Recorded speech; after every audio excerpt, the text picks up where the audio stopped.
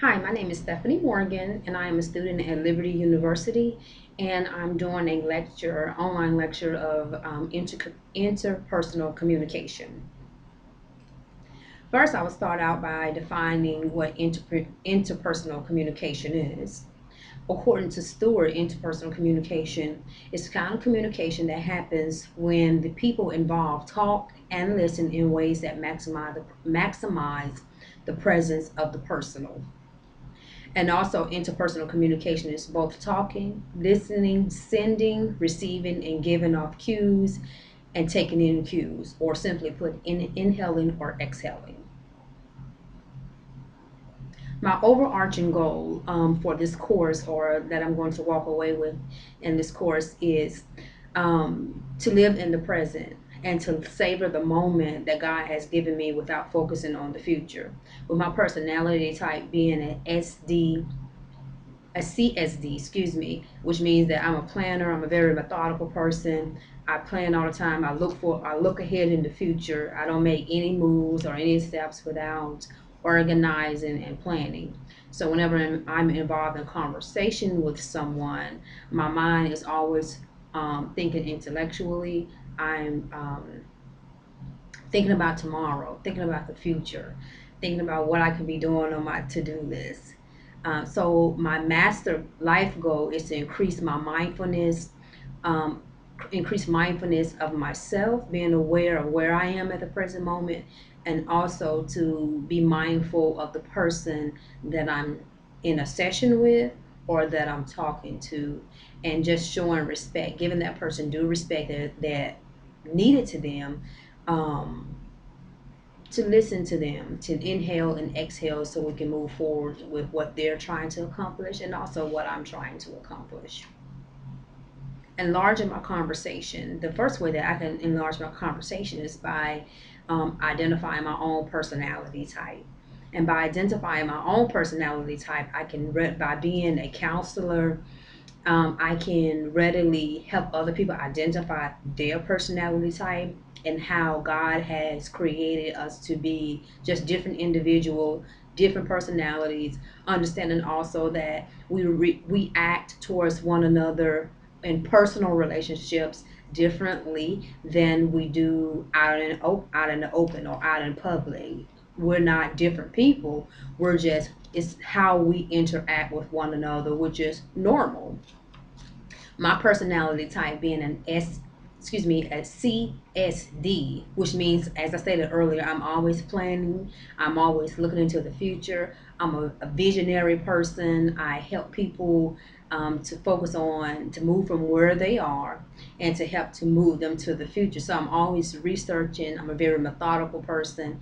I help people move forward. I like moving forward in life, but I do it very cautiously. I'm very conscientious of the decisions that I make. As I said, I tend to plan according to my personality. I tend to plan, I organize, and I make necessary preparations. And I respond best to people who, when they give me tasks to do or whatever it is that they're expecting of me, I I respond to structured environments. Um, Tell me what to do, and I can do it, and I can do it very well. Also, as far as enlarging my conversation, being a I want to enlarge the fact that I want to be a mindful listener instead of a mindless listener. According to Stewart, when we are listening to one another but planning our own agenda at the same time, I'm really talking to myself. It's just me there, and the person there with me is actually just not necessarily wasting their time, but I'm not engaged in that person. And I have escaped from the present moment, which is a gift from God. And we know that each day that God gives us is truly a gift. But I have escaped from that present moment and went into the future. So I am there physically, but I'm not there mentally. And I want to be able to change that. I want to be able to take control of my mind, to discipline my mind, to be present in the moment and not to be thinking about or planning about tomorrow. So my action plan, as far as enlarging my conversation and being mindless, my action plan is to focus on the task at hand and to allow things just to flow without any interruptions from me. My next slide, enlarging my conversation. I want to capitalize on the fact that I am a better conversationalist in informal and casual settings than I am publicly speaking. I like small groups, and I want to be engaged in, because I best communicate with people in small groups. I want to be in the present. I want to be mindful of how they're feeling. Um, I want them to know that I am there with them, that I'm actively engaged in the conversation. So I will use new techniques to show them that I am there in the moment, present with them, by facing, well, this is something that I do now in my counseling sessions. I face the individual or the couple that I'm counseling. I make the appropriate eye contact with them, and taking into considerations different cultural um, diversities as far as eye contact. I do take that into consideration. I make responsive movements by nodding, smiling, facial expressions, making responsive sounds, letting them know that I do understand. I may not have gone through what they've gone through, but I'm there with you. I'm in the moment with you to help you move forward. And communication is, through research that I have done, communication is more than the verbal cues that we give. Communication is also what people ascribe to us, just by their first perception of us, and me being, with my personality type, I am conscientious of how people feel about me, and I want people to think positively of me. And especially with the information that I research and give to them, I want them to know that that information is accurate. So I want to be present and in the moment with them. Not only do I want to give off verbal cues, but I would like to give off non-verbal cues as well. How does my background in behavioral blend my conversation positively? It affects my background, because I am prior military, and I have run into so many different groups of people and diverse group of people in communication. And one of the things that my mother has always taught me and my sister growing up is, don't judge people.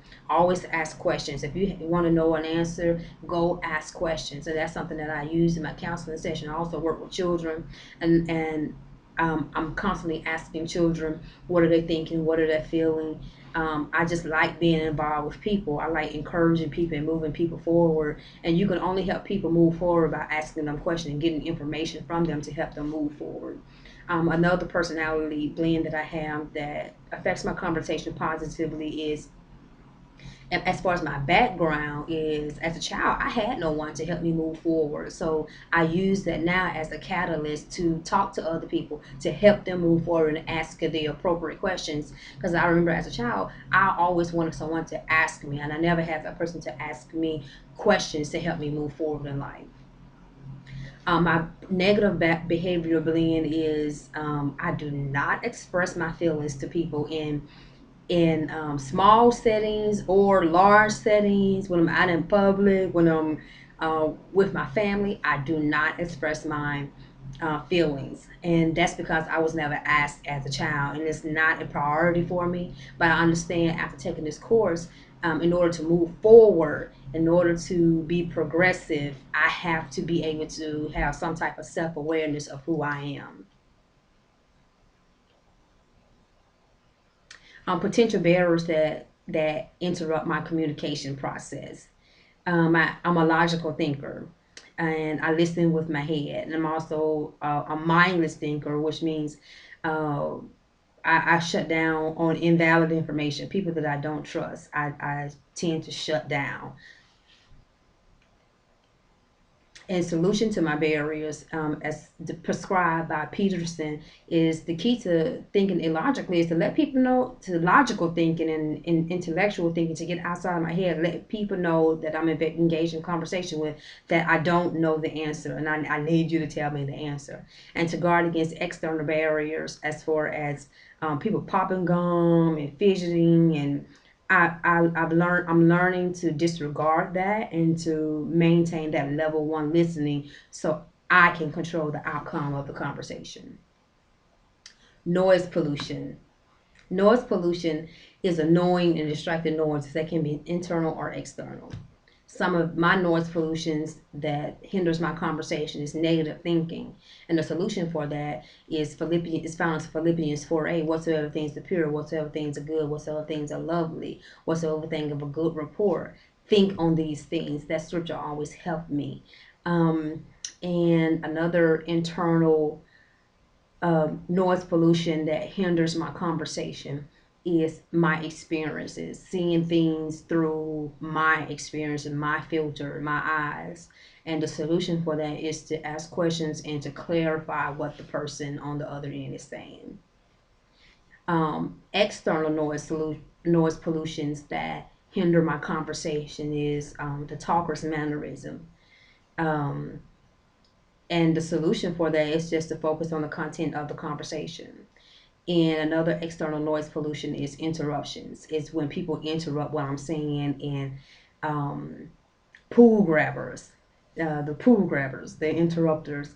And the solution to that is just to be patient and allow that person to voice their problem. My action plan, as far as moving from a mindless listener to a mindful listener, I plan to raise my or keep a constant listening level of a level one. I plan to utilize the TOC in my personal conversation, also in my counseling sessions. I want to pay attention to my own listening style, and as I pointed out earlier, being moving from mindless to mindful, for being thinking in the future to being in the moment with the person. I want to mirror what the person is saying, and when I mirror what that person is saying, I'm letting them know that I'm there with you, and I'm empathetic. I want to show the person that I'm empathetic. And also, I will learn to be more in the moment when talking to someone, and using the facing the person and giving head nods and smiles and facial expressions. And another thing, as far as my action plan is moving from mindlessness into mindfulness, is to retain the information that's going on in the conversation, which is a mental exercise, is retaining the information and to use that information for future use, so that that we can move forward. Me and the person that I'm counseling, me and someone that I'm in a personal relationship with, can move forward by when they disclose their personal information to me. In my conclusion, the most significant thing to me, as far as being open to other people and having genuine, unbiased conversation with other people, is my relationship with God. Once I begin to listen more to God and be more open to God and value the day that He has given me and not worrying about tomorrow, once I master that goal, I am able to have that significant, I am able to display that in other relationships with my brothers and sisters. Um, I want to keep my spirit open with God. I want to be able to have an unbiased relationship with my brothers and sisters. And what I mean by unbiased is I don't want anything to hinder me from hearing them or them hearing me, realizing that my relationship with God is the most significant relationship in my life. It includes once I get that relationship right and keep things from hindering me from hearing from God, I